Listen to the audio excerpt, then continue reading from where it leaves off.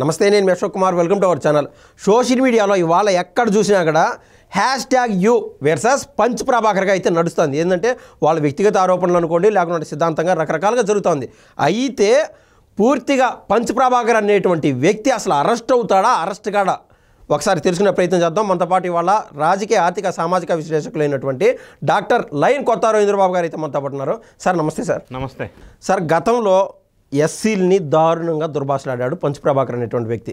తర్వాత కాలంలో జగన్మోహన్ రెడ్డి గారి సతీమణిని కూడా దుర్భాషలాడాడు. ఆ వీడియోలు ఇవాళ చక్రాలు కొడుతున్నాయి. ఇంకా మాజీ ముఖ్యమంత్రిగా ఉన్నారు ఆ రోజున బాబు గారు, ఇవాళ ముఖ్యమంత్రి. ఆయన సతీమణిని కావచ్చు, నారా లోకేష్ గారిని కావచ్చు, అసలు పవన్ కళ్యాణ్ గారిని అయితే అన్న మాట అనుకుంటా 50 మాటలు, రోజుకు ఒక 50 మాటలు అంటూ వస్తున్నాడు పంచ్ ప్రభాకర్ అనేటువంటి వ్యక్తి. అయితే ఈ మధ్యకాలంలో భాస్కర్ అనేటువంటి ఒక ఎన్ఆర్ఐని ఈ యొక్క కూటమి ప్రభుత్వం అనుకోవచ్చు, ఆంధ్ర రాష్ట్ర ప్రభుత్వం అరెస్ట్ అయితే చేసింది. ఇవాళ నా స్ట్రైట్ క్వశ్చన్ ఏంటంటే సార్, ఇటువంటి వ్యక్తులు ఎవరైనా సరే విదేశాల్లో ఉండే, అయితే యూకే కావచ్చు, లేకుండా ఉంటే యూఎస్ కావచ్చు, ఎక్కడైనా సరే బయట ఉండి మన రాష్ట్ర ప్రభుత్వాన్ని అపహాస్యం పరిచే విధంగా, లేకుంటే భారతదేశాన్ని అపహాస్యం చేసే విధంగా, ఒక ప్రధానమంత్రిని సైతం అనే విధంగా అంత డేర్నెస్ ఎట్లా వస్తుంది? అంటే ఈ ప్రభుత్వాలు అసలు చేతగావా, అసలు అరెస్టులు చేయలేవా ఇటువంటి వ్యక్తులు అనేది నా క్వశ్చన్. ఇప్పుడు సోషల్ మీడియాని లేదా వాక్ స్వాతంత్రాన్ని దుర్వినియోగం చేసుకొని, సోషల్ మీడియా ఉంది కదా, నేను అమెరికాలో ఉన్నాను కదా, నన్ను ఇట్టారో పిక్కోండి అన్న ధోరణిలో ఇష్టం వచ్చిన రీతిగా, ఏమంటే వాక్ స్వాతంత్రం ఆర్టికల్ 19 అనేది నీ ఇష్టం వచ్చినట్టు మాట్లాడటానికి లేదు. అంటే right to freedom of expression. అది నీ ఇష్టం వచ్చినట్టు ఏది పడితే అది, ఎవడి మీద పడితే అది యూటిలైజ్ చేసుకోవడానికి లేదు. అది అపార్థం చేసుకొని ఆ విధంగా వీళ్ళు మితిమీరి ప్రవర్తిస్తున్నారు. నంబర్ 1. నంబర్ 2, సోషల్ మీడియాలో ఒక కంట్రోలింగ్ ప్లాట్ఫామ్ లేదు. ప్రింట్ మీడియాకు ఉన్నట్టుగా సోషల్ మీడియాకి ఆ ప్లాట్ఫామ్ లేదు. లేకపోవటం వల్ల అదుపు తప్పి ఎవడు ఇష్టం వచ్చింది వాడు వీడియోలు చేస్తున్నాడు, ఎవడు అభిప్రాయాన్ని వాడు జనం మీద రుద్దేస్తున్నాడు. అందులో ఎక్కువ తప్పుడు సమాచారం వెళ్తుంది. దానివల్ల వాళ్ళకి క్రెడిబిలిటీ ఎలాగుండదు, అది వేరే విషయం. ప్రజలు కొంతమంది నిజమేనని నమ్మే పరిస్థితి ఏర్పడుతుంది, దౌర్భాగ్యమైన పరిస్థితి. They will enjoy by that time. కానీ న్యాయ వ్యవస్థలు కూడా దీని మీద ఏమీ చేయలేని నిస్సహాయ పరిస్థితికి ఏర్పడే విధంగా వీళ్ళు ప్రవర్తిస్తున్నారు. ఇప్పుడు మీరు ప్రస్తావించారు పంచ్ ప్రభాకర్ అనే ఒక వ్యక్తి. అమెరికాలో ఉన్నాను కాబట్టి నన్ను ఎవడు అరెస్ట్ చేయలేడు అని విచ్చలవిడిగా మాట్లాడుతున్న సందర్భం. ఓపెన్ స్టేట్మెంట్ నిన్న మొన్న కూడా ఇచ్చారు సార్. ఏమన్నాడంటే, నాకు సెవరల్ కాంటాక్ట్స్ ఉన్నాయి, కేంద్ర ప్రభుత్వం వాళ్ళతో కాంటాక్ట్స్ ఉన్నాయి, మీ పార్టీ అయినటువంటి టీడీపీ వాళ్ళతో కూడా నాకు కాంటాక్ట్లు ఉన్నాయి, నేను ఎక్కడైనా సరే నేను ఇండియాకి వస్తాను, ఎట్టొస్తానో అంత సైలెంట్గా నేను వెనక్కి వెళ్ళిపోగలుగుతాను, నా రేంజ్ వేరే అని చెప్పి ఆయన అంత ధైర్యంగా చెప్తున్నాడు. ఆయనకి ఇన్ఫ్లుయెన్స్ ఉందో లేదో మనకి తెలియదు, దాని విషయం నేను వ్యాఖ్యానించట్లా. ఓకే, ఆయన ఏ స్థాయో మనకు తెలియదు. ఆయన జగన్ రెడ్డి గారికి చుట్టమా లేకపోతే ఏందా అనేది నాకు తెలియదు. సో ఆ విషయాలను పక్కన పెట్టి సబ్జెక్ట్ వైజ్ మాత్రం మాట్లాడే ప్రయత్నం చేద్దాం. ఈ పంచ్ ప్రభాకర్ ఆ మాట అన్నాడు. ఇంతకుముందు మీరే చెప్పారు, భాస్కర్ రెడ్డి అని ఒక అతను ఇట్లానే ఉంటే ఇండియాకు వచ్చినప్పుడు అరెస్ట్ చేసి అదుపులోకి తీసుకున్నారు కదా. సో ఇతను ఇండియాలో లేడు కాబట్టి ఆ పరిస్థితి రాలే. సో ఇప్పుడు మీ క్వశ్చన్ ఏంటంటే, ఇండియాలో లేడు కదా, మరి జీవితాంతం ఇట్లానే విచ్చలవిడిగా ప్రవర్తిస్తూ కూర్చుంటే ప్రభుత్వాలు ఏం చేయలేవా? ఉదాసీనత వచ్చేస్తారు కదా సార్. ఆయన అంటున్నాడు, ఒక్కటి సార్ నేను శాంపుల్ ఎగ్జాంపుల్ చెప్తున్నాను. Really sorry to interrupt you. నాకు 50 డౌట్లు ఉన్నాయి వాస్తవంగా. బట్ మన కామెంటర్స్ ఏమని పెడుతున్నారంటే, అయ్యా లీడింగ్ లాయరు సార్ ముందు నీ కుప్పి గంతులేందని కూడా అన్నారు. అంటే దాన్ని ఏ విధంగా తీసుకోవాలో రకరకాల డౌట్లు ఉన్నాయి. అందుకు మీతో చర్చించేస్తున్నాను. నేనేమంటున్నానంటే, గతంలో చేబ్రోలు కిరణ్ కుమార్ అనేటువంటి వ్యక్తి అలియాస్ కామన్ మ్యాన్ కిరణ్గా ప్రసిద్ధిగాంచాడు. ఇటువంటి పంచ్ ప్రభాకర్ లాంటి వాళ్ళు అనేటువంటి వ్యాఖ్యలు తట్టుకోలేక ఆయన కూడా జగన్మోహన్ రెడ్డి గారి సతీమణి పేరు మీద దుర్భాషలు అన్నాడు అనమాట. ఈ టీడీపీ ప్రభుత్వంలో ఉన్నది కాబట్టి ఇమ్మీడియట్గా అతన్ని పార్టీని సస్పెండ్ చేయడము, అరెస్ట్ చేసేశారు చేబ్రోలు కిరణ్ కుమార్ని. అదే జగన్మోహన్ రెడ్డి గారు గతంలో సీఎంగా ఉన్నారు కదా, ఈ మధ్య ఆయన అంటున్నాడు 7 సముద్రాల ఆవతులున్నా, 7 సముద్రాల ఆవతులున్నా నేను ఈడ్చుకొస్తాను, అరెస్ట్ చేస్తాను అన్నాడు. ఎవరు? జగన్మోహన్ రెడ్డి గారు. అదే శక్తి గతంలో ఆయన సీఎంగా ఉన్నప్పుడు మాజీ ముఖ్యమంత్రి అప్పట్లో బాబు గారి సతీమణి గురించి అన్ని మాట్లాడుతూ ఉంటే ఎక్కడ ఖండించలా, అరెస్ట్ చేసేదానికి జగన్మోహన్ రెడ్డి గారు పూనుకోలా. అంటే ఆయన కూడా అంత సమర్థత లేదా ఆ రోజున? అయితే ఇప్పుడు అంటే రకరకాల సంఘటనలు ఈ మధ్యకాలంలో జరుగుతున్నాయి. విచ్చలవిడి ఈ సోషల్ మీడియాని యూటిలైజ్ చేసుకుంటున్నారు కదా. అయితే దీనికి ప్రొసీజర్ ప్రకారం సబ్జెక్ట్ మాట్లాడుకుంటే, ఇప్పుడు ఈ పర్టికులర్ సదరు వ్యక్తి మీద ఒక కేసు ఎఫ్ఐఆర్ నమోదు చేయాలి. అండర్ సెక్షన్ 294, సెక్షన్ 499, సెక్షన్ 500, అంటే డిఫామేషన్ సెక్షన్ 1, ఐటీ సెక్షన్ 66, 67 ప్రకారంగా ఈ సెక్షన్స్ అట్రాక్ట్ చేస్తూ ఈ పర్టికులర్ వ్యక్తి మీద ఒక ఎఫ్ఐఆర్ నమోదు చేయాలి. ఎఫ్ఐఆర్ నమోదు చేసిన తర్వాత ఈ కేసుని సెంట్రల్ దర్యాప్తు సంస్థలు లేదా సిఐడి లాంటి దానికి ట్రాన్స్ఫర్ చేయాలి. With supporting documents. తర్వాత ఏమవుద్దంటే వీళ్ళు నాన్ బెయిలబుల్ వారెంట్ ఇష్యూ అవుతుంది, NBW అంటారు ఈ పర్టికులర్ వ్యక్తి మీద. అయితే అతను ఇక్కడ లేడు, అది వేరే విషయం, నేను ప్రొసీజర్ చెప్తున్నా. తర్వాత ఏమవుద్దంటే ఈ మ్యాటర్ని వీళ్ళు మినిస్ట్రీస్ ఆఫ్ హోమ్ అఫైర్స్ అనే దానికి, ఎక్కడైతే అమెరికాలో ఉన్నదో దానికి రిఫర్ చేస్తారు. ఏది CBI కానీ నేషనల్ ఇన్వెస్టిగేషన్ ఏజెన్సీ కానీ, సెంట్రల్ దర్యాప్తు సంస్థలు మినిస్ట్రీ ఆఫ్ హోమ్ అఫైర్స్ అనే సంస్థకి, అమెరికాలో ఉన్న సంస్థకి వీళ్ళు టేకప్ చేస్తారు. ఓకే, అంటే అది FBI అంటారు, దానిదేముంది సార్? FBI ద్వారా. అప్పుడు ఏమవుద్దంటే వీళ్ళు FBI blue notice, red corner notice అంటారు, అది ఇష్యూ చేస్తారు. ఇష్యూ చేయటం వల్ల దానివల్ల ఏమవుద్దంటే అరెస్ట్ చేసి ఎక్స్ట్రాడిషన్కి అందజేయమని అమెరికా అధికారులు FBI అధికారులను కోరతారు. ఇది ప్రాసెస్. 2021లో CBI వాళ్ళు ఈ ప్రక్రియ ఒకసారి చేశారు, ఒక కేసు విషయంలో, ఒక కేసులా ఉంది. అంటే మనకు కావాల్సింది first ministry of home affairs, MHA అంటారు. దాని ద్వారా సెంట్రల్ దర్యాప్తు సంస్థలు అమెరికాలో వాళ్ళతో కోఆర్డినేషన్ చేసుకోవాలి. డ్యూయల్ క్రిమినాలిటీ అని ఒక చట్టం ఉంది అమెరికా వర్సెస్ మన ఇండియాకి.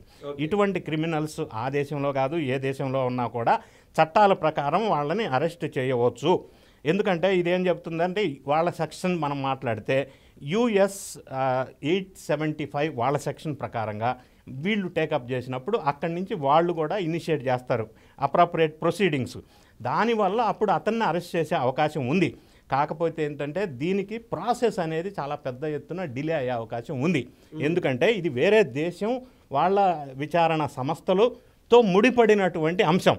అంతే తప్ప ఇండియన్ దర్యాప్తు సంస్థలు డైరెక్ట్గా వెళ్ళి అమెరికాకి వెళ్ళి ఈ సదరు వ్యక్తిని అరెస్టు చేసి అదుపులోకి తీసుకొచ్చి విచారణ చేయటం అనేది స్ట్రైట్ అవే సాధ్యం కాదు. There is the procedural process ఉంది. ఆ ప్రాసెస్ ప్రకారంగా ఈ సెంట్రల్ దర్యాప్తు సంస్థలు మినిస్ట్రీ ఆఫ్ హోమ్ అఫైర్స్ వాళ్ళకి రిప్రజెంటేషన్ చేయాలా, టేకప్ చేయాలా, అక్కడి నుంచి ఇక్కడికి తీసుకురావాలా, వాళ్ళ అప్రూవల్ తోటి తీసుకొచ్చిన తర్వాత అదుపులోకి తీసుకొని అరెస్ట్ చేయొచ్చు. ఈ ప్రాసెస్ అంతా కూడా లెందీ ప్రాసెస్ కాబట్టి కొంత టైం పట్టే అవకాశం ఉంది, ఇన్స్టెంట్గా కాదు. ఈ సక్సెస్ రేటు కూడా ఈ ప్రాసెస్లో ఏంటంటే కొద్దిగా మనం ఊహించినట్టుగా ఇండియాలో ఉన్న మనిషిని అరెస్ట్ చేసినంత ఈజీ ఉండదు, కొద్దిగా డిఫికల్టీ ఉంటుంది, కొంత ప్రాసెస్ డిలే ఉంటుంది, అండ్ నాట్ సో ఈజీ. అందుకని వీళ్ళు కొద్దిగా విచ్చలవిడిగా మాట్లాడుతున్నారు అనేది మనకు స్పష్టంగా అర్థమవుతా ఉంది. ఓకే సార్, అయితే ఈ మనిషి వ్యవహారంలో ఆల్రెడీ ప్రాసెస్ రన్నింగ్లో ఉందా, ఆల్రెడీ జరుగుతుంది సార్? ఇంతవరకు ఆయన మీద ఇక్కడ FIR బుక్ అవ్వలేదు. ఈ వాదోపవాదాలు జరుగుతున్నాయి కానీ అవ్వలేదు. అదే ఇంతకు ముందు వేరే కంట్రీలో ఉండి మన దేశానికి వచ్చి ఇట్లా మాట్లాడిన అతను భాస్కర్ రెడ్డి అని అతను అదుపులోకి తీసుకున్నారు. అతని మీద ఆల్రెడీ ఉంది, కేసు బుక్ అయ్యి ఉంది. సో ఇప్పుడు ఇతను కూడా కేసు బుక్ అయి ఉంటే ఒకటే ఆప్షన్ 1, ఆయన ఎప్పుడైనా ఇండియాకు వచ్చినప్పుడు అదుపులోకి తీసుకుంటారు, దట్ ఈస్ ఫర్ షూర్. రెండోది వీళ్ళు సెంట్రల్ దర్యాప్తు సంస్థలు అమెరికా వాళ్ళతో కోఆర్డినేట్ చేసి తీసుకొని రావాల్సి ఉంటుంది, which is a very lengthy process. Okay sir, ఇది కూటమి ప్రభుత్వం ఏర్పడిన తర్వాత దాదాపు 3 నుంచి 4 నెలల తర్వాత దాదాపు 740 పైచీలకు సోషల్ మీడియా కీచకులు ఎవరైతే ఉన్నారో వాళ్ళకి నోటీసులు ఇష్యూ చేయడం, ఏదో 41A నోటీస్ అంట, ఆ పిలిచి విచారణ చేయడం, కొంతమందిని అయితే అరెస్ట్ చేయడం జరిగింది. అసలు అంటే ఆ 41A కింద నోటీసులు ఇవ్వడం కానీ ఈ విచారణ ఏ దశలో ఉంది సార్? అంటే వాళ్ళు ఎన్ని రోజులు జైల్లో ఉండే అవకాశం ఉంది ఈ సోషల్ మీడియా కీచకులు? అంటే ఇటువంటి కేసెస్లో ముందు నోటీస్ ఎందుకు ఇస్తారంటే ఫస్ట్ ఎవరైతే అక్యూజ్డ్ ఉన్నారో, అంటే నింద ఆరోపణలు ఎదుర్కొంటున్నారో అది ఆ కేసును బట్టి వాళ్ళకు ఒక ఇన్ఫర్మేషన్ నోటీస్ సర్వ్ చేస్తారు. నీ మీద సో అండ్ సో సెక్షన్స్ ప్రకారం ఇది ఉంది, ఈ అలిగేషన్ ఉంది, అక్యూజ్డ్ అని చెప్పి తీసుకుంటారు. ఫస్ట్ ప్రాథమికంగా విచారణ చేస్తారు, చేసిన తర్వాత జడ్జి గారి దగ్గర ప్రజెంట్ చేస్తారు.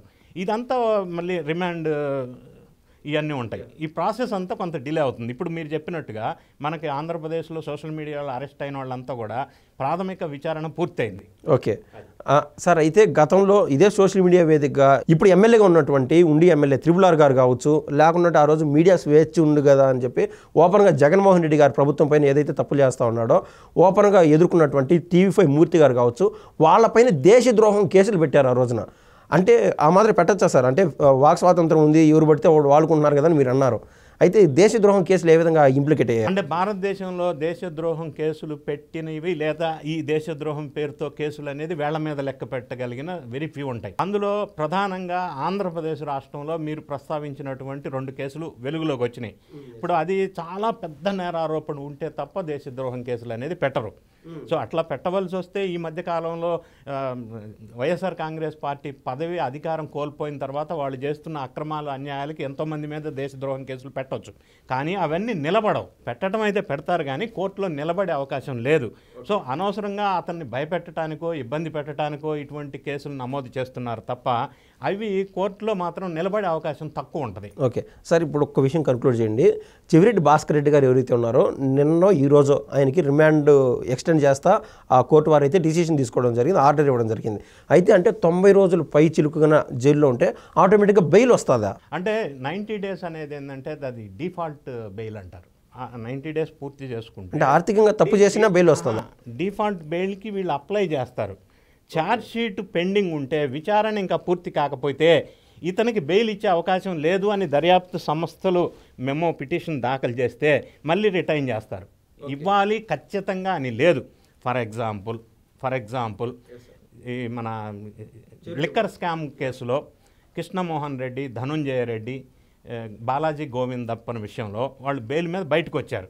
కానీ ఇప్పుడు పిటిషన్ వేశారు వీళ్ళు దర్యాప్తు సంస్థలు, లేదు దర్యాప్తు జరుగుతూ ఉంది, ఛార్జ్షీట్ ఇంకా వేశాము కాబట్టి బెయిల్ క్యాన్సిల్ చేసి వాళ్ళని రిమాండ్లోకి తీసుకోమని కోర్టు యాక్సెప్ట్ చేసింది. ఇప్పుడు వాళ్ళని ఈ నెల 26 మళ్ళీ రిమాండ్లోకి రమ్మని ఆదేశాలు ఇచ్చింది. సో అది నీ ఇష్టం వచ్చినట్టు అయిపోయింది కదా, నేను వెళ్ళిపోతా అంటే కుదరదు. అట్లా డెసిషన్ తీసుకోవడానికి లేదు. ఓకే సార్, ఇది 7 ఏళ్ళు జైలు శిక్ష పడింది ఎవరికి? గాలి జనార్దన్ రెడ్డి గారికి. పట్టుమన్న 7 రోజులు కూడా జైల్లో లేడు. అది ఏ విధంగా జరుగుతుంది సార్? అది అంటే case first gravity of the case, రెండోది ఈ దర్యాప్తు చేస్తున్న సంస్థలు అంటే స్ట్రాంగ్గా డాక్యుమెంటరీ సపోర్టింగ్ ఎవిడెన్సెస్ కోర్టు ముందు ప్రొడ్యూస్ చేయకపోతే అప్పుడు న్యాయస్థానం అనేది నిర్ణయం తీసుకునే అవకాశం ఉంది. కోర్టులు ఆల్రెడీ తీర్పు ఇచ్చేసినాయి కదా సార్. ఆయన తర్వాత కూడా సబ్స్టాన్షియల్ ఎవిడెన్సెస్ అంటే ఇతనికి బెయిల్ ఇవ్వటం వల్ల సాక్షుల్ని ప్రభావితం చేయడు, ఇతను విదేశాలు తప్పించుకొని పారిపోడు, ఆ ఇబ్బంది లేదు అని కోర్టు వారు భావిస్తే అప్పుడు అతనికి ఈ బెయిల్ మంజూరు చేసే అవకాశం ఉంటుంది. అంటే ఇది దేని మీద డిపెండ్ అవుతుందంటే ఈ దర్యాప్తు చేస్తున్నటువంటి సంస్థలు ఇచ్చిన డేటా మీద బేస్ అయి ఉంటుంది. సార్, అయితే వివేకానంద రెడ్డి గారి హత్య కేసులో దస్తగిరి అనేటువంటి ఒక వ్యక్తి బయట ఉన్నాడు. ఆయన క్లారిటీగా చెప్తున్నాడు, నేను చంపిన వాళ్ళు నేను కూడా ప్రథముడిని, నేనే చంపేసినాను అని కూడా చెప్తున్నాడు. అయితే ఈ కోర్టులు వారు ఎందుకు ఆయన జైల్లో పెట్టలేదు? చంపినటువంటి వ్యక్తి కదా దస్తగిరి. కాదు, ఇక్కడ దస్తగిరి వివేక బాబాయ్ హత్య కేసులో A4 అక్యూజ్డ్ 4 ఆయన అప్రూవర్గా మారారు. సార్, అంటే నేనేమన్నా రాంగ్ చెప్తున్నాను నాకే తెలియట్లేదు. అంటే చంపినాను అని కోర్టు వారికి తెలుసు కదా, అంటే చెప్పినాడు కదా ఓపెన్గా. అవును, కానీ ఏం జరిగిందో అందులో నేను ఇన్వాల్వ్ అయ్యాను. కాకపోతే అందులో ఏం జరిగింది, ఎందుకు ఇలా చేయాల్సి వచ్చింది, ఎవరు ఇన్వాల్వ్ అయ్యారు, ఎవరు ప్రోత్సహించారు, ఎవరు సపోర్ట్ చేశారు, ఎందుకు చేయాల్సి వచ్చింది అనేది డీటెయిల్స్ అన్నీ న్యాయస్థానానికి నేను సహకరిస్తాను. డీటెయిల్స్ అన్నీ నేను చెప్తాను, అప్రూవర్గా మారుతాను అని పిటిషన్ వేసుకుంటే అప్పుడు వీళ్ళకి బెయిల్ ఇస్తారు. ఇప్పుడు ఫర్ ఎగ్జాంపుల్ ఈరోజు వచ్చిన సమాచారం, లేటెస్ట్ ఇన్ఫర్మేషన్ ఏంటంటే ఈ కొన్ని కేసుల్లో కొంతమంది అప్రూవల్గా మారుతున్నారని సమాచారం వచ్చింది. ఫర్ ఎగ్జాంపుల్ అప్పట్లో బేవరేజెస్ కార్పొరేషన్ ఎండీగా చేసినటువంటి వాసుదేవరెడ్డి, ఆయన కింద పనిచేసినటువంటి సత్యప్రసాద్. సో ఈరోజు లేటెస్ట్ న్యూస్ ఏమొస్తుందంటే మేము అప్రూవల్గా మారుతాం, మాకు బెయిల్ ఇవ్వండి అని వాళ్ళు పిటిషన్ వేశారు. అది డిఫరెంట్ సందర్భం. సో దాన్ని బట్టి కొన్ని కన్సిడరేషన్స్ ఉన్నాయి కోర్టుకి. అద్భుతంగా విశ్లేషణ చేశారు, మాకున్న డౌట్లన్నీ పటాపంచలు చేశారు. ధన్యవాదాలు. Thank you.